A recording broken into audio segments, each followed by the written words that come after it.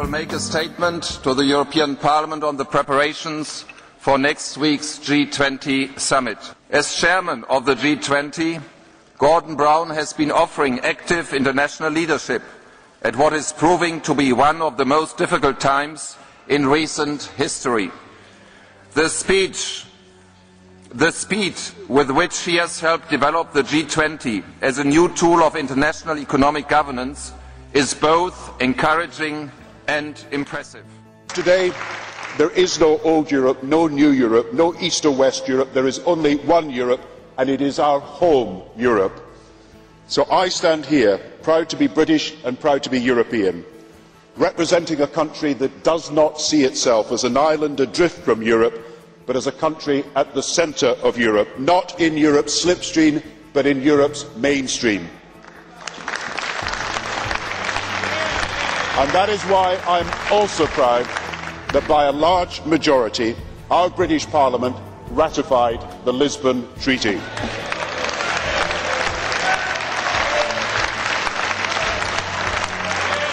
And I believe that we in Europe are uniquely placed to lead the world in meeting the wholly new and momentous challenges of globalisation ahead.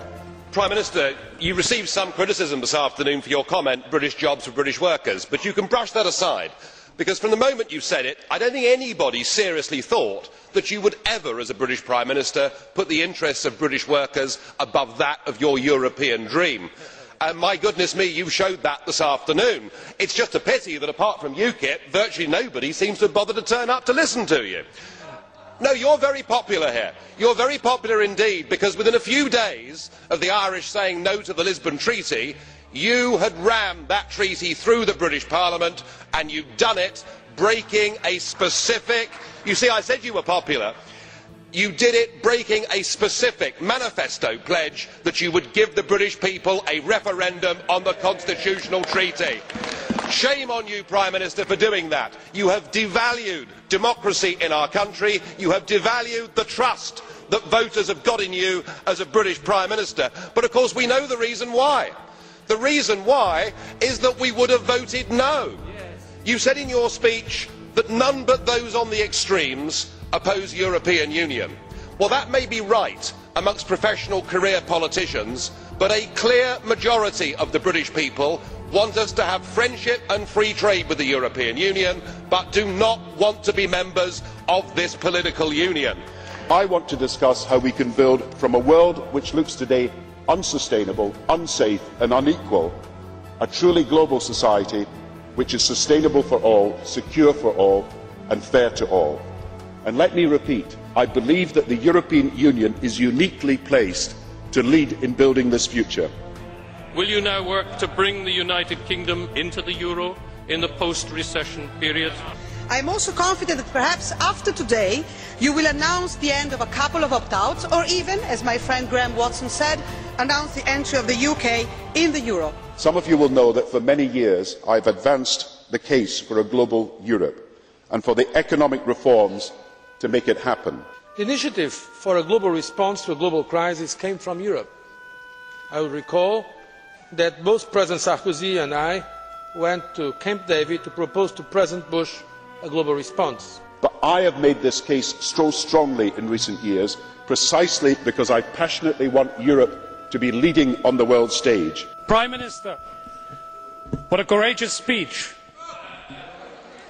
I see you have already mastered the essential craft of the European politician, namely the ability to say one thing in this chamber and a very different thing to your home electorate. You have spoken here about free trade and amen to that.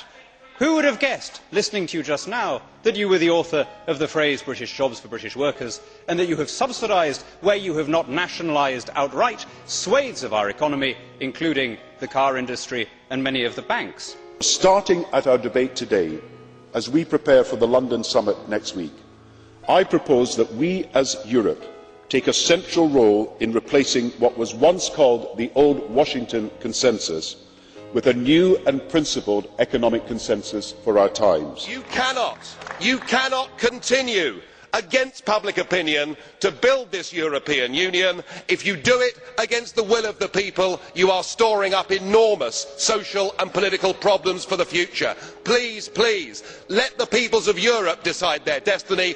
Don't have it done in parliaments like this and parliaments like Westminster. It won't work.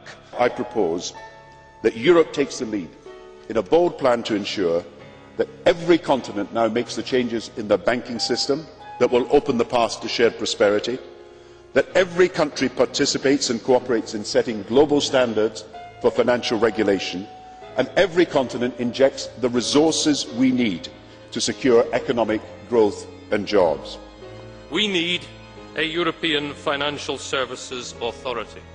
We need also to reject all forms of economic nationalism and protectionism.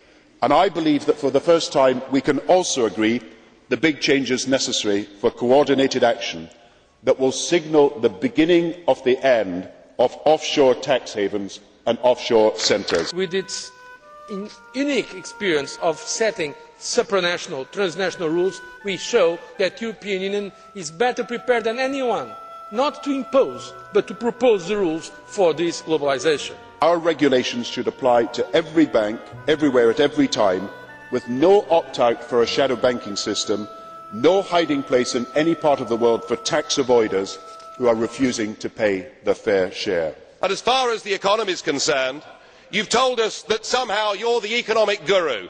You're the man that can save the world.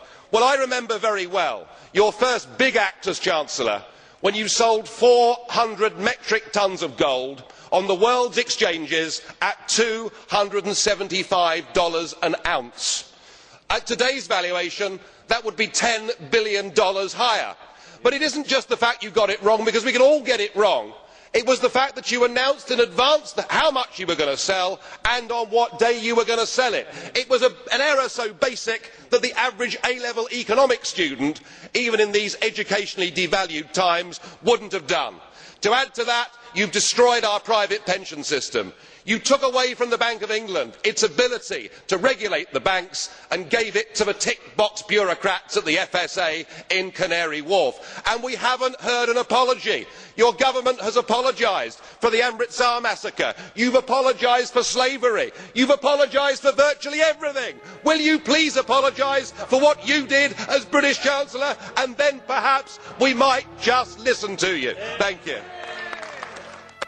A new reformed international monetary fund in which we welcome greater representation from the emerging economies and which must have at least 500 billion of resources, twice what it has today, must be empowered to help countries that are facing a flight of capital, help them assist restructuring the capacity of the banks and enable them to restore lending to their industries. And so I want an international monetary fund that does not just react to crises, but prevents crises. And I want a World Bank that has the resources to prevent poverty and to facilitate, amidst the collapse of trade credits, the expansion of trade round the world. Perhaps you would have more moral authority in this House if your actions matched your words. Perhaps you would have more legitimacy in the councils of the world if the United Kingdom were not going into this recession in the worst condition of any G20 country. The truth, Prime Minister, is that you have run out of our money. The country as a whole is now in negative equity. Every British child is born owing around £20,000. Servicing the interest on that debt is going to cost more than educating the child. And today I want to emphasise also that Europe and America can work more closely together. I talked to President Obama yesterday about what I want to talk to you about today, about a new era of heightened cooperation between Europe and America. Now, never in recent years have we had an American leadership so keen to cooperate at all levels with Europe. The European Union is moving. We will say it loud and clear in London so that we can be working together with our partners, namely our American friends. We want the others to move along with us. We need global rules to the global economy. So starting with the EU-US summit a few days from now, when President Obama comes to Prague, we can transform that summit from just an annual meeting into an unstoppable progressive partnership to secure the global change that the world now needs. Prime Minister, you cannot carry on forever squeezing the productive bit of the economy in order to fund an unprecedented engorgement of the unproductive bit. You cannot spend your way out of recession or borrow your way out of debt. And when you repeat in that wooden and perfunctory way that our situation is better than others, that we are well placed to weather the storm, I have to tell you, you sound like a Brezhnev-era apparatchik giving the party line. You know, and we know, and you know that we know that it's nonsense. Everyone knows that Britain is worse off than any other country as we go into these hard times. Tell me now so I know. Nice speech, Mr. Brown, but what are you ready to do, really? If you tell me now, then I know